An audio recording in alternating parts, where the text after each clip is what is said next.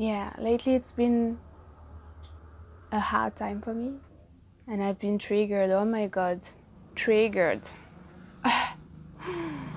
to hell, like so much. But I also grow. So those triggers, they really help me to connect to myself, help me to go beyond blaming the people that trigger me, because this is what happens. We usually blame people that trigger this pain in us.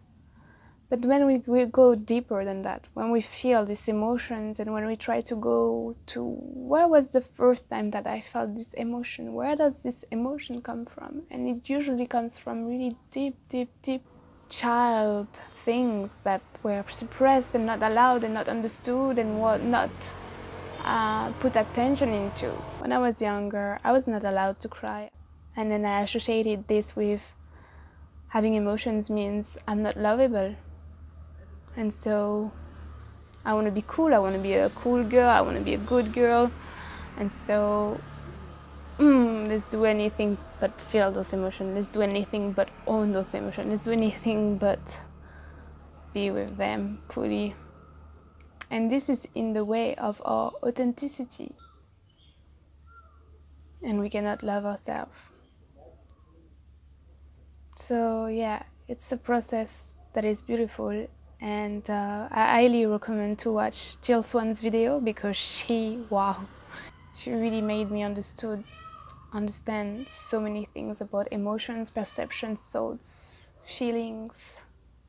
She rocked my world. Shame is really blocking our power and blocking the flow of life to come through. And generally, shame is about feeling inadequate, feeling like we are not right to be who we are, that we are not lovable just the way we are, because we are wrong for feeling something, or we are wrong for doing something. Yeah, the difference between shame and guilt.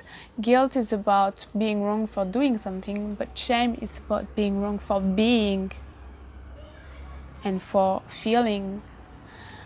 And when we have shame to feel our emotions, it's when we really get disconnected from ourselves, because emotions are really guiding us. Emotions are coming from the divine and telling us what is wrong, what is not right in our life, what we don't express, what we don't see.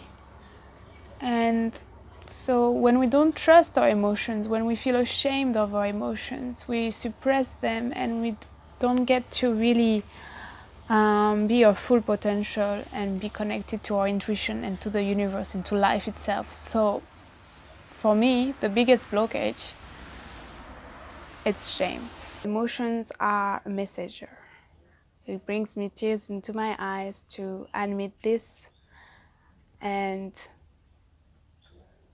yes, because the world needs this, to admit that emotions are beautiful and that they are valid, and that we need to connect to them, feel them, be with them.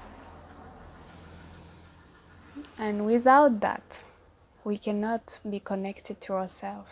We cannot be connected to the divine. We are in resistance to ourselves. We are in resistance to our true nature, which is to be human and to feel.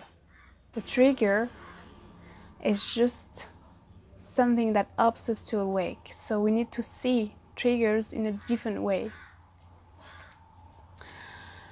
in a way that really challenges for sure, but also have so much potential for growth. This doesn't come in one day. It takes time to understand ourselves, to understand our thoughts, to understand our perceptions. But the best thing you can do for this world is to be awake, is to be connected to yourself. And this comes with self-love. this comes with letting go of shame, letting go of